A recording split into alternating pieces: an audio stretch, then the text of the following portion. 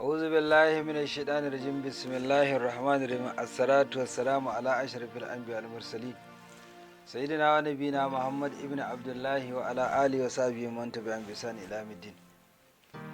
Jama'a mun dawo dai a wannan program da muke yi mai albarka shine program akan magunguna da cututtuka da bayanin da ake karya sihiri da sauransu.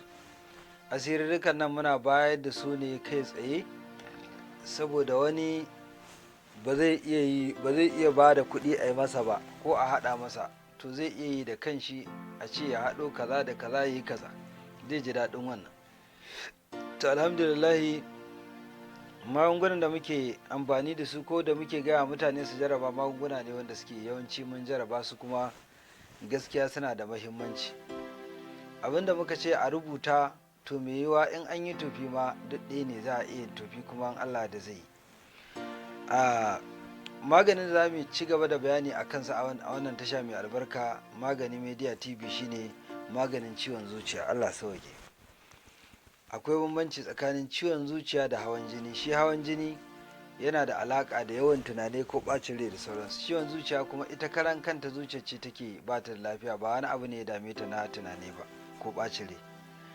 Abinda ake za a samu kan ɓarawo, akwai wani haki da ake cewa kan ɓarawo, sai a same shi a dake shi ya laushi sosai, sai a ɗan haɗa da kanwa kaɗan, ita ma kanwa kaɗan, a tafasa su a tabbatar sun tafasa sosai, sai a tace a riƙa sha a ɗan ƙaramin kofi wanda yake kaman kwatankwacin kofin masu shan shayi buzaye, sai a riƙa sha kaɗan safe da rana da yamma har ya zuwa aƙalla sati 2 ko sati 1. In Allah da za a samu sauƙi daga ciwon zuciyar nan.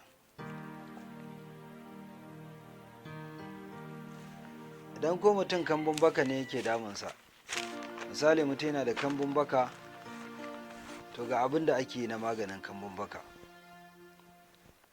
Wannan aya ita ake rubuta wa kafa aidiyan nasu ankum, ita ake rubuta ko a yi tofi kafa 146, sai a samu ƙaiƙai koma kan mashekiya, sai a zuba a ciki, amma shi sha ake yi. Gaskiya idan mutum yana da kambun baka insha Allah zai zama tarihi, musamman ma irin kambun baka da ake na tsafi da sauransu, ko kuma a samu haɗaɗɗen maganin mu na 5 liter wanda yake na karya sihiri yana maganin kambun baka. Shi wannan haɗaɗɗe ne namu, in kuma kana son ka haɗa da kanka to ga nan za ka iya amfani da wannan, amma wannan namu na daban ne, ba wai irin wanda na ambata yanzu ba. Jama'a muna yi muku fata alkhairi. Sunana Muhammad Awal Abdullahi, wanda aka fi sani da Minasiya, mai fassara mafarki a gidan talabijin na Tauraruwa TV. A ci gaba da bibiyar tashar mu guda biyu tagwayen tashoshi, akwai fassara mafarki TV a YouTube, akwai kuma Magani Media TV, ita ce wannan tashar da muke program a kanta. Jama'a muna yi muku fata alkhairi. Assalamu alaikum.